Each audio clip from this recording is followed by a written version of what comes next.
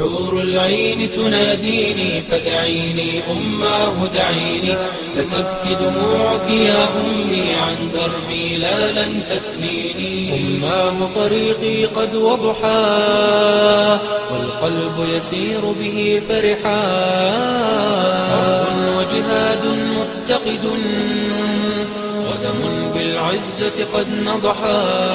إن الحمد لله والصلاة والسلام على رسول الله. أما بعد فأعوذ بالله من الشيطان الرجيم. بسم الله الرحمن الرحيم.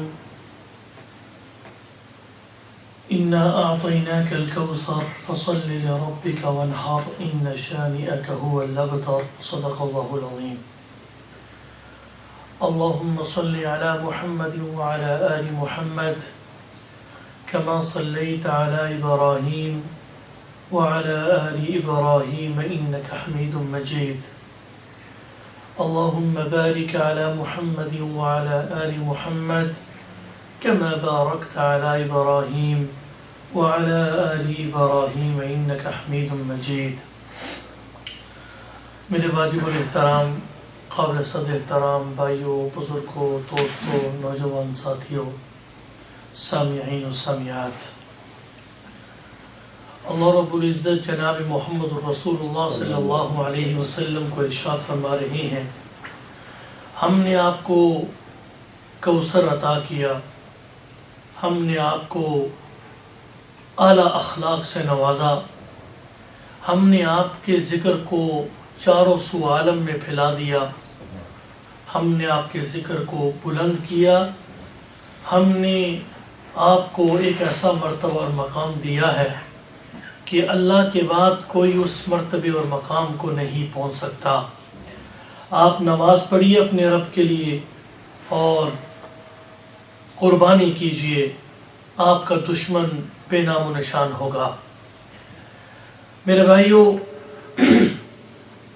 نہر کہتے ہیں سینے کے بالائی حصے کو، نہر ینہر، سینے پر ضرب لگانا، ذبح کرنا. اصطلاح کے اندر اونٹ کی قربانی کو نہر کہتے ہیں. 10ویں ذوالحجہ کو عالم اسلام قربانی کا فریضہ ادا کرتے ہیں تو اس دن کو یوم النحر کہا جاتا ہے. چونکہ عرب کے اندر اکثر قربانی اونٹوں کی ہوتی تھی، اس وجہ سے اسے نہر کے نام سے یاد کیا گیا. میرے بھائیوں، قرآن مجید نے قربانی کے حوالے سے احکامات جاری فرمائے، اور یہ قربانی صرف ہماری امت کے اندر ہی مشروع نہیں بلکہ اس سے پہلے بھی موجود تھی. چند جھلکیاں آپ حضرات کی خدمت میں پیش کرنے کی سعادت حاصل کرنا چاہتا ہوں. قرآن نے حضرت آدم علیہ السلام کے دونوں بیٹوں کا قصہ بیان فرمایا. میں ڈیٹیل میں نہیں جانا چاہتا، ٹائم کی قلت کی وجہ سے جھلکیاں پیش کروں گا، کسی موقع پر انشاءاللہ تفصیل بیان ہوگی. حضرت آدم علیہ السلام جس لڑکی کا نکاح کرنا چاہتے تھے حابیل کے ساتھ، حابیل اور قابیل دونوں بھائی تھے. قابیل بڑا تھا، حابیل چھوٹا تھا. قابیل سخت مزاج تھا، لڑاکا پن اس کے اندر پایا جاتا تھا. اور حدیث میں سنتے جائیے، رسول اللہ صلی اللہ علیہ وسلم نے فرمایا کہ اللہ کی نگاہ میں وہ شخص انتہائی مبغوض ترین ہے جو لڑاکا ہو، ہر آدمی سے لڑتا پھرتا ہو، چھوٹی چھوٹی باتوں پہ جو ہے وہ انگشت نمائی کرے اور لوگوں کے ساتھ جھگڑا کرے. وہ شخص اللہ کی نزدیک سب سے مبغوض ترین انسان ہے. اور قابیل اس کے مقابلے میں، قابیل حابیل کے مقابلے میں بہت سخت مزاج تھا، اور حابیل بہت نیک صفت انسان تھا، نرم مزاج تھا. تو حضرت آدم علیہ السلام حابیل کی شادی جس لڑکی کے ساتھ کرنا چاہ رہے تھے، وہ قابیل کہہ رہا تھا کہ میں نے اس کے ساتھ نکاح کرنا ہے۔ اب اختلاف ہو گیا دونوں بھائیوں کا۔ حضرت آدم علیہ السلام نے فرمایا ٹھیک ہے، اگر تم اس اختلاف کو نہیں مٹانا چاہتے تو اس کی صورت یہ ہو سکتی ہے کہ تم اللہ کے دربار میں قربانی دونوں دو، جس کی قربانی قبول ہو گئی ہم اس کا نکاح اس کے ساتھ اسے کر لیں گے۔ اب اس دور کے اندر کوئی مسکین تو تھا نہیں، کوئی غریب تو تھا نہیں، یتیم تو تھا نہیں، کوئی غریب تو تھا نہیں، تو اس قربانی کا سلسلہ یہ ہوتا تھا کہ پہاڑ پر کوئی دانہ رکھ دیتے قربانی کی غرض سے، یا بکرا رکھ دیتے، کوئی مینڈا رکھ دیتے، آسمان سے شعلہ آتا، آگ آتی، جس کو جلا کے راکھ کر دیتی، تو اس کی قربانی کو جو ہے وہ مقبول سمجھا جاتا تھا۔ اب قابیل نے دانے رکھے ردی قسم کے، ناقص قسم کے پہاڑ پہ، اور حابیل نے جو کہ نیک صفت انسان تھا، متقی تھا، قیمتی جانور جو ہے وہ اس نے پہاڑ پہ رکھا قربانی کے طور پر۔ اب آسمان سے ایک شعلہ نمودار ہوا اور حابیل کی جو قربانی ہے وہ لے کے آسمان کی طرف غائب ہو گیا، جو کہ اس چیز کی علامت تھی کہ قربانی مقبول ہو گئی۔ اب حسد پیدا ہو گیا دل کے اندر، غصہ آ گیا، اور اس نے دھمکی دے دی کہ میں تمہیں قتل کروں گا۔ اور ایک وہ وقت آیا کہ بھائی نے اسے کہا کہ بھائی میری بات سن لو، اگر تم مجھے قتل کرنا چاہتے ہو تو اس میں میرا قصور کیا ہے؟ قبول کرنے والا رب العالمین ہے، وہ تو قبول کرتا ہے نیکوں کی، پرہیزگاروں کی قربانی کو۔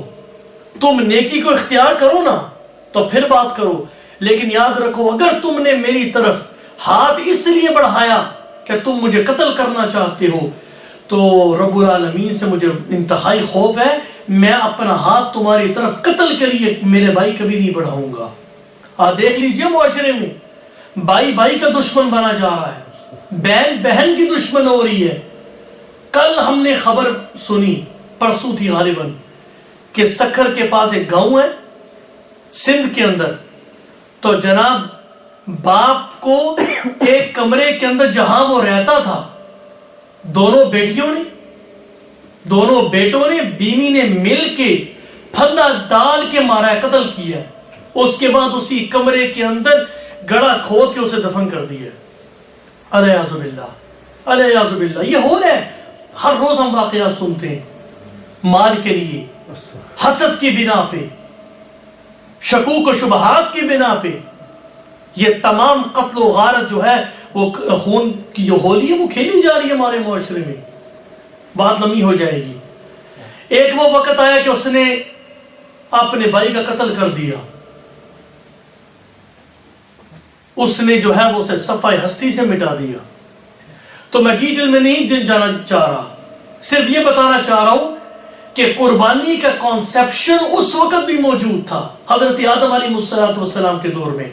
آپ نے حضرت ادریس علیہ السلام کا نام سنا، اللہ کے نبی ہیں، اور اللہ نے ان کو 70 زبانوں پر مہارت جو ہے وہ عطا فرمائی تھی۔ اسلحہ، کپڑے اور ناپنے والے جو پیمانے ہوتے ہیں اور قلم کے یہ موجود سمجھے جاتے ہیں، ان کے دور کے اندر بھی قربانی کا کنسپشن موجود تھا۔ حضرت موسیٰ علیہ السلام کے واقعے کو بیان کرنے سے پہلے حضرت ابراہیم علیہ السلام کا واقعہ بیان کرنا یہاں اس لیے میں ضروری نہیں سمجھتا، ہر آدمی ہر سال اسے سنتا ہے، لیکن یہاں میں ایک مزے کی بات آپ کو سناتا جاؤں، ممکن ہے کہ یہ بات آپ نے پہلے نہ سنی ہو۔ ہمیں پتا ہے کہ حضرت اسماعیل علیہ السلام کو، یعنی خواب کے اندر ابراہیم علیہ السلام کو جو ہے وہ حکم ہوا کہ آپ اپنے بیٹے کی قربانی کیجئے، اور جب وہ قربانی کے لیے لے کے گئے، چھری چلتی نہیں، تو اللہ نے جنت سے ایک مینڈا بھیجا، آپ اس کی قربانی کیجئے۔ اب اس مینڈے کے گوشت کا کیا بنا، بس یہ میں بیان کرنا چاہتا ہوں. اس جو مینڈا تھا جنتی، اس کا گوشت کس نے بنایا، کس نے کھایا، کس نے پکایا؟ میرے بھائیو، علامہ صاوی رحمہ اللہ تعالی لکھتے ہیں کہ جنتی مینڈے کو اللہ نے بھیجا، اس کی قربانی کی گئی، اس کا گوشت چرندوں نے پرندوں نے کھایا، اس لیے کہ دنیا کی آگ اس گوشت کو پکا نہیں سکتی تھی، اس لیے وہ جنتی گوشت تھا. اور ہر چیز جو جنت کو بیان کرتی ہے، دنیا کی آگ اور آخرت کی آگ اس پر کام نہیں کرتی. لا الہ الا اللہ. میرے بھائیو، حضرت موسیٰ علیہ السلام کے دور کے اندر ایک گائے کو ذبح کرنے کا واقعہ پیش آیا. بنی اسرائیل کے اندر ایک امیر آدمی تھا، اس کے بھتیجوں نے مال کے لیے، دولت کے لیے، ثروت کے لیے چچا کو جنگل میں لے گئے اور وہاں جا کے چچا کو قتل کر دیا، اور قتل کر کے کسی آدمی کے گھر کے سامنے اس کی لاش رکھ دی. اور صبح کو حضرت موسیٰ علیہ السلام کے دربار میں حاضر ہوئے اور کہا کہ اللہ کے نبی رات کو قتل ہو گیا، اور آپ جو ہے وہ ہماری مدد کیجئے قاتل ڈھونڈنے میں. جس محلے میں لاش رکھی گئی تھی تحقیق کی گئی، تفتیش کی گئی، لیکن پتہ نہ چلا کہ قاتل کون ہے. آپ بنی اسرائیل کے لوگ آئے اور آ کر کہنے لگے آپ اللہ کے کیسے نبی ہیں، اللہ نہیں آپ کو بتاتے، آپ اللہ سے درخواست کیجئے.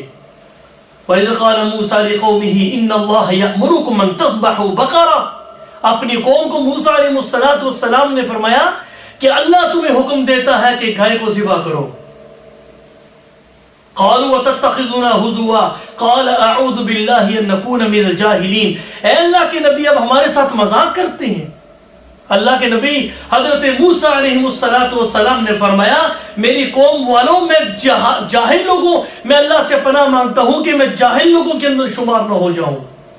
تو یہاں سے معلوم ہوا کہ نبی مذاق جو ہے وہ نہیں کرتے، اگر وہ کرتے ہیں ان کے مذاق حقیقت پر مبنی ہوتے ہیں، اور ہمارے مذاق بھی جھوٹ پر مبنی ہوتے ہیں.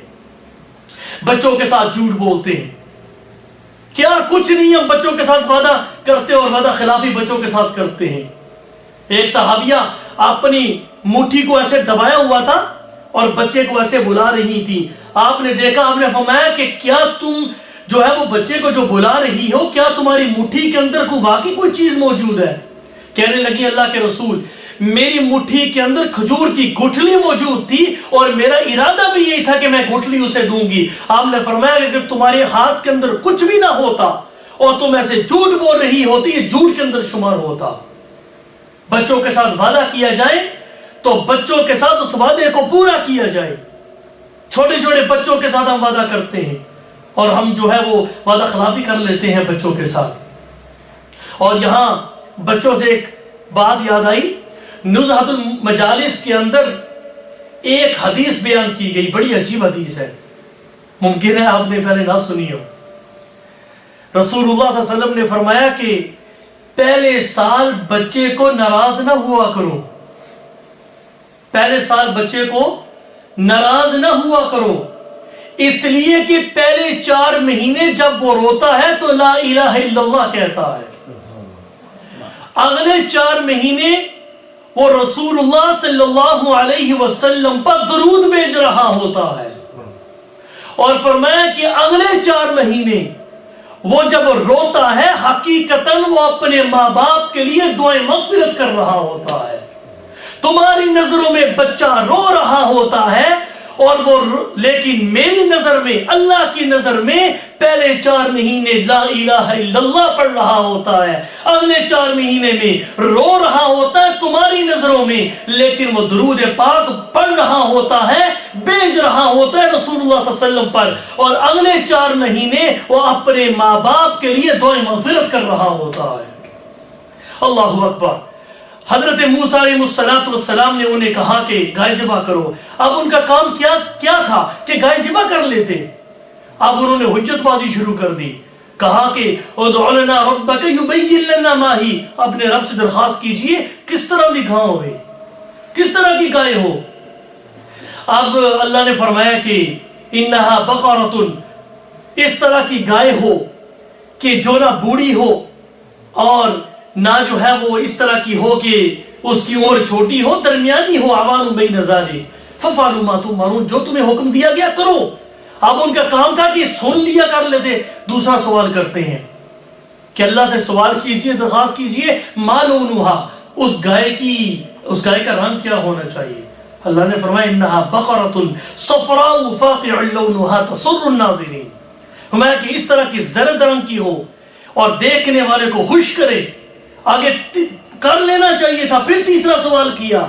اللہ کے نبی صلی اللہ علیہ وسلم کو کہنے لگے کہ مشتبہ ہو گئی گائے ہم پہ، اگر اللہ نے چاہا ہم ہدایت پا لیں گے، آپ ایسا نہ سمجھیں کہ ہم ایسے ہی سوال کر رہے ہیں، ہم چاہتے ہیں کہ ایسی جو ہے وہ گائے اللہ کے رستے میں دیں جو مقبول ہو۔ اب اللہ نے فرمایا کہ ٹھیک ہے، لا ذلول تثیر الارض ولا تسقی الحرث، ایسی گائے ہونی چاہیے کہ جو کھیتی جو کے لیے اسے نہ جوتا گیا ہو، جو زمین کو پھاڑے اور زمین کو پانی جو پلانے والی نہ ہو۔ اب جناب یہ تمام شرطیں لگوا کے بنی اسرائیل کے لوگ جو ہے وہ اس گائے کو ڈھونڈنے لگے، اور ایک گائے انہیں ملی کہ اس کے پاس ایک ایسے نوجوان کے پاس جو اپنی ماں کا انتہائی فرما بردار تھا، اور اس نے منہ مانگی قیمت جو ہے وہ بولی ان کے سامنے، اور وہ قیمت کیا تھی؟ کہا کہ گائے کو ذبح کرو، اس کی کھال کے اندر جتنا سونا آتا ہے میں اتنا لوں گا۔ اللہ نے ماں کی خدمت کا صلہ جو ہے وہ سونے کی شکل میں انہیں عطا فرمایا۔ اگر آپ کا ذوق تازہ ہو کو ماں کی خدمت پر ایک واقعہ بھی سناتا جاؤں، ایک چھوٹی سی جھلکی ہے۔ رسول اللہ صلی اللہ علیہ وسلم معراج کے موقع پہ تشریف لے گئے جنت کے اندر، آپ کو تلاوت کی آواز سنائی دی۔ جبریل یہ کس کی تلاوت کی آواز ہے؟ کہا کہ حارثہ بن نعمان رضی اللہ تعالی عنہ جو آپ کے صحابی ہیں، یہ ان کی تلاوت کی آواز ہے۔ جبریل کیا عمل کیا حارثہ بن نعمان نے کہ جنت کے اندر تلاوت کی آواز آ رہی ہے؟ جبریل علیہ السلام نے عرض کیا، اے اللہ کے رسول، حارثہ بن نعمان اپنی ماں کا انتہائی فرما بردار اور خدمت گزار ہے، جس کی وجہ سے اللہ کو اس کا یہ عمل اتنا پسند آیا کہ فرش پر قرآن پڑھتا ہے اور اس کے قرآن کی آواز جنت کے اندر سنائی دیتی ہے۔ سبحان اللہ، اللہ ہم سب کو اپنی ماؤں کا فرما بردار بنائے۔ میرے بھائیو، حضرت سلیمان علیہ، بہرحال بات ختم تو نہیں محلہ بھی ہوئی، جب ذبح کیا اس کا ٹکڑا جو ہے وہ مقتول کے ساتھ لگایا۔ اب مقتول کے ساتھ جب لگایا تو خون دوڑنے لگا، زندگی کے آثار پیدا ہوئے مقتول کے اندر، اور اللہ نے اسے زندہ کیا۔ اس نے بتا دیا کہ فلاں آدمی جو ہے وہ میرا قاتل ہے۔ اس کے بعد اس پر موت طاری ہو گئی۔ بہرحال بتانا یہ تھا کہ قربانی کا کانسیپشن صرف اس امت کے اندر نہیں ہے بلکہ اس سے پہلے بھی موجود تھا۔ حضرت سلیمان علیہ السلام کو جہاد کا حکم ہوا اور مہم تیار تھی۔ آپ نے کہا کہ گھوڑے لائے جائیں۔ جب گھوڑے لائے گئے، گھوڑے خوبصورت تھے، ان کی خدمت کے اندر اتنے محو ہوئے کہ عصر کی نماز قضا ہو گئی۔ اب حضرت سلیمان علیہ السلام متنبہ ہوئے، ڈرے دل کے اندر، یہ میرے ساتھ کیا ہوا؟ حضرت سلیمان علیہ السلام کے واقعے کو اللہ یوں بیان کرتے ہیں، وَوَهَبْنَا لِدَاوُودَ سُلَيْمَانَ نِعْمَ الْعَبْدِ إِنَّهُ أَوَّابٌ، ہم نے داؤد علیہ السلام کو سلیمان جیسا فرزند عطا فرمایا جو بہت اچھے بندے تھے، اللہ کی طرف رجوع کرنے والے تھے۔ قربان جاؤں ایسی ہستیوں پر جن کی تعریف کرتا ہے کائنات کا رب۔ إِنَّهُ أَوَّابٌ إِذْ عُرِضَ عَلَيْهِ بِالْعَشِيِّ الصَّافِنَاتُ الْجِيَادُ، جب شام کو تیز رفتار عمدہ گھوڑے پیش کیے گئے، بالعشی الصافنات الجیاد فقال انی احببت حب الخیر عن ذکر ربی حتی توارت بالحجاب، تو جب ان کی نماز قضا ہو گئی تو انہوں نے کہا کہ میں نے اپنے رب کے ذکر پر دنیا کے مال کو ترجیح دے ڈالی ہے، دنیا کے مال کی محبت مجھ پر غالب آ گئی، جس کی وجہ سے جو ہے وہ سورج غروب ہو گیا اور میری عصر کی نماز قضا ہو گئی۔ ردوها علی فطفق مسحا بالسوق والاعناق، ان تمام گھوڑوں کو واپس لے کے آؤ۔ جناب سلیمان علیہ السلام ان کی پنڈلیوں پر ہاتھ پھیرنے لگے، ان کی گردنوں پر ہاتھ پھیرنے لگے، اللہ کی محبت کے اندر ان گھوڑوں کو ذبح کر دیا اور ان کے گوشت کو جو ہے وہ مساکین کے اندر تقسیم کر دیا۔ اللہ کو یہ معاملہ اتنا پسند آیا کہ اللہ نے جناب سلیمان علیہ السلام کے لیے ہواؤں کو مسخر فرما دیا۔ لوگوں سنیے، جو مومن ہوتا ہے جب وہ اللہ کی نافرمانی کرتا ہے، جو اللہ والا ہوتا ہے، جو اللہ سے پیار کرنے والا ہوتا ہے، جب اس سے غلطی ہو جاتی ہے وہ اس پر اکڑتا نہیں بلکہ فوراً اللہ کی طرف رجوع کرتا ہوا معافیاں مانگتا ہے۔ اگر آپ کا ذوق تازہ ہو، آخری ایک واقعہ سنا کے اپنی بات کو ختم کرتا ہوں، اور یقیناً آپ کا ایمان تازہ ہوگا یہ واقعہ سن کے۔ غزوہ خیبر کے بعد 3000 لوگوں کو رسول اللہ صلی اللہ علیہ وسلم بنو قریظہ کے محلے کے پاس لے گئے اور آپ نے جا کے اس محلے کا محاصرہ کر لیا۔ جب بنو قریظہ 21 دن اس محاصرے کے اندر آئے اور اسی حالت میں رہے تو پریشان ہو گئے۔ انہوں نے رسول اللہ صلی اللہ علیہ وسلم کو پیغام بھیجا صلح کا۔ آپ نے فرمایا کہ یہ ہمیشہ دھوکہ بازی کرتے ہیں، لہٰذا ہم صلح کرنے کے لیے تیار نہیں ہیں۔ آپ نے فرمایا کہ سعد بن معاذ کو میں بھیجوں گا، جو وہ فیصلہ کریں وہ فیصلہ ہم قبول کریں گے۔ ان قبیلے والوں نے کہا اے اللہ کے رسول، ہم درخواست کرتے ہیں کہ آپ سعد بن معاذ کو بھیجنے سے پہلے آپ مسلمانوں میں سے جو ہمارے حلیف ہیں ان میں سے کسی کو بھیج دیں۔ اور انہوں نے ریکویسٹ کی کہ جناب ابو لبابہ رضی اللہ تعالیٰ عنہ کو ہمارے پاس بھیجیں، ہم ان کے ساتھ مشورہ کرنا چاہتے ہیں۔ رسول اللہ صلی اللہ علیہ وسلم نے ابو لبابہ کو بھیجا، اور جیسے ہی ابو لبابہ ان کے پاس پہنچے، قبیلے والوں کے پاس، بنو قریظہ کے پاس، ان کے مرد جو ہے وہ آگے بڑھے اور استقبال کرنے لگے، کیونکہ اس علاقے کے اندر ابو لبابہ کے اہل و عیال بھی رہتے تھے اور آپ کی جائیداد بھی وہاں موجود تھی۔ تو ان قبیلے والوں نے سوچا کہ ممکن ہے ہمیں اچھا مشورہ دیں گے۔ چنانچہ ابو لبابہ نے جب عورتوں کو روتے ہوئے دیکھا، بچوں کو روتے ہوئے دیکھا، بلبلاتے ہوئے، تو ان کا دل نرم ہو گیا۔ یہودیوں نے کہا کہ ابو لبابہ، اللہ کے رسول کہتے ہیں کہ اپنے ہتھیار ڈال دو، اپنے آپ کو پیش کر دو، کیا آپ کے خیال میں یہ مناسب ہے کہ ہم اپنے ہتھیار ڈال دیں؟ ابو لبابہ نے کہا، زبان سے یوں کہا ہاں، لیکن ہاتھ کے اشارے سے یوں کہا کہ ذبح کر دیے جاؤ گے۔ ابو لبابہ خود بیان کرتے ہیں، جیسے ہی میں نے یہ الفاظ کہے مجھے پتا چلا کہ میں نے جنگی راز کو فاش کر دیا ہے، اللہ اس کے رسول کے ساتھ میں نے خیانت کر دی۔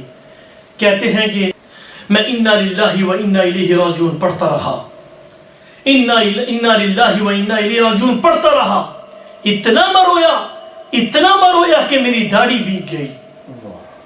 کہتے ہیں مجھے ہمت نہ ہوئی کہ میں اللہ کے نبی کے پاس جاؤں، میں نے دوسرا رستہ اختیار کیا اور میں نے مسجد نبوی کے ریاض الجنہ کے اندر جو ستون تھا اس کے ساتھ اپنے آپ کو باندھ دیا اور قسم کھائی کہ خدا کی قسم اٹھا کر کہتا ہوں جب تک اللہ آسمان سے میری توبہ کی خوشخبری نہیں سنائیں گے اور خود رسول اللہ صلی اللہ علیہ وسلم میری رسیاں کھول کے مجھے رہا نہیں کریں گے، اس وقت تک میں اس ستون سے نہیں ہٹوں گا۔ اللہ کے نبی صلی اللہ علیہ وسلم ادھر انتظار کر رہے ہیں. آپ کو پتہ چلا, آپ نے فرمایا کہ ابو لبابہ میرے پاس آ جاتے, اللہ ان کے گناہوں کو معاف فرما دیتے. اب انہوں نے یہ معاملہ خدا پہ چھوڑ دیا ہے, میں انہیں رہا نہیں کروں گا جب تک خدا ان کا فیصلہ خود نہیں کرے گا. اللہ اکبر. اب ہوا یہ کہ ان کی بیٹی ضروری وقت میں جب انہیں کوئی قضاء حاجت ہوتی, کھولتی, بیوی کھولتی لے جاتی, واپس آ کے باندھ دیتی. 7 دن 7 راتیں صبح شام کچھ نہیں کھا رہے, لاغر ہو گئے, کمزور ہو گئے, بصارت پر اثر پڑ گیا. سحری کا وقت ہوا, رسول اللہ صلی اللہ علیہ وسلم حضرت ام سلمہ کے حجرے کے اندر موجود ہیں. تہجد کے لیے اٹھے, وضو کیا, تہجد پڑھ رہی ہیں. ام سلمہ بھی تہجد پڑھ رہی ہیں. تھوڑی دیر میں آپ کے چہرے پر مسکراہٹ نمودار ہوئی. بعد السلام ام سلمہ کہنے لگیں, اللہ کے رسول کیا بات ہے, بڑی مسکرا رہی ہیں. کہا کہ آسمان سے اللہ نے خوشخبری نازل فرمائی کہ ابو لبابہ کی توبہ کو میں نے قبول فرما لیا ہے. ام سلمہ کہتی ہیں کہ میں خوشخبری نہ سناؤں ابو لبابہ کو. انہوں نے کھڑکی کھولی, ابو لبابہ مبارک ہو, مبارک ہو, مبارک ہو. کس چیز کی مبارک؟ آسمان سے اللہ نے توبہ کی خوشخبری نازل فرما دی ہے. مسجد نبوی کے اندر جتنے لوگ بیٹھے تھے, تلاوت کر رہے تھے, تسبیح پڑھ رہے تھے, وہ اٹھے ابو لبابہ کی رسیاں کھولنے کے لیے. ابو لبابہ نے کہا کہ میری رسیاں کوئی بھی نہ کھولے, رب کعبہ کی قسم ہے آج ابو لبابہ اس وقت تک رہا نہیں ہوگا جب تک رسول اللہ صلی اللہ علیہ وسلم خود اپنے ہاتھ سے میری رسیاں نہیں کھولیں گے. نماز فجر کے لیے تشریف لے گئے, آپ نے رسیاں کھولی, آپ نے امت مسلمہ کو ایک حکم دیا ان کی اصلاح کے لیے, یا ایھا الذین آمنوا لا تخونوا اللہ والرسول وتخونوا اماناتکم وانتم تعلمون واعلموا انما اموالکم واولادکم فتنہ وان اللہ عنده اجر عظیم. اے ایمان والو, اللہ اس کے رسول کے ساتھ خیانت نہ کرو اور اپنی امانتوں کے اندر بھی خیانت نہ کرو, اور تم جانتے ہو. دیکھیے, ہم امانت کس کو سمجھتے ہیں کہ جو مال ہمارے پاس آئے اسے سیو کر کے رکھیں. گفتگو بھی امانت ہوتی ہے. میں آپ کے ساتھ بات کرتا ہوں کہ بھائی مجلس کے اندر میں آپ کو یہ بات سنا رہا ہوں, کسی کو بتانی نہیں ہے, تو پوری دنیا میں ہم جو ہے وہ ڈنڈورا پیٹتے ہیں کہ فلاں نے مجھے یہ بات بتائی. اور اس کے اندر ماشاءاللہ ہماری خواتین تو کہتی ہیں کہ مرد نہیں پیچھے رہتے, ہم پیچھے کیوں رہیں.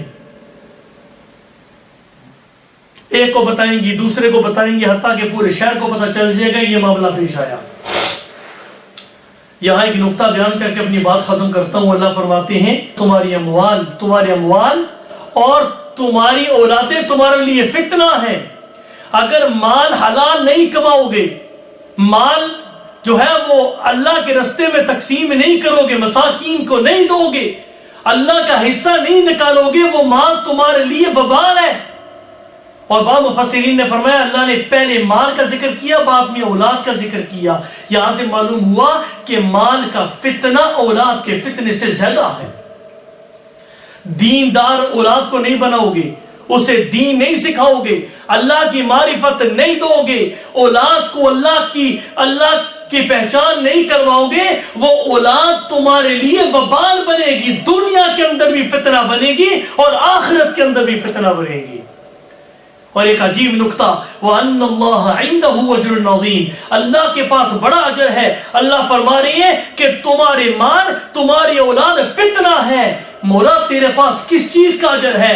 فرمایا کہ اگر اس مال کو غلط کماؤ گے جہنم کا مستحق ہوگے, اسی اولاد کو دین نہیں سکھاؤ گے تو جہنم کے مستحق ہوگے, اسے دنیا دار بنا دو گے اور اللہ کی معرفت نہیں سکھاؤ گے, تربیت نہیں کرو گے, جہنم کے مستحق ہوگے. لیکن اگر حلال کماؤ گے, حلال جو ہے وہ استعمال کرو گے اور حلال مساکین پر استعمال کرو گے, یہی مال اور یہی اولاد جن کو دین سکھاؤ گے اور ان کی تربیت اچھی کرو گے, اسی وجہ سے میں تمہیں جنت کا مستحق قرار دے کر اپنی رضا کا مستحق تمہیں بنا دوں گا.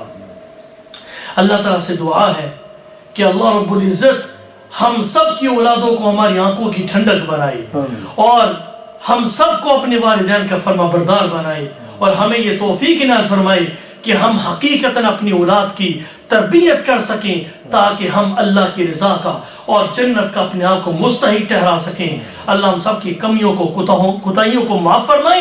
اے اللہ جس طرح آپ نے ہمیں یہاں جمع فرمایا ہم سب کو جنت الفردوس کے اندر جمع فرما اور اپنی زیارت نصیب فرما. بغیر حساب و کتاب کے جنت الفردوس میں ہم سب کو جو ہے وہ جگہ عطا فرما. وآخر دعوانا ان الحمدللہ رب العالمین. حور العين تناديني فدعيني أماه دعيني لتبكي دموعك يا أمي عن دربي لا لن تثنيني. أماه طريقي قد وضحا والقلب يسير به فرحا حرب وجهاد متقد ودم بالعزة قد نضحا.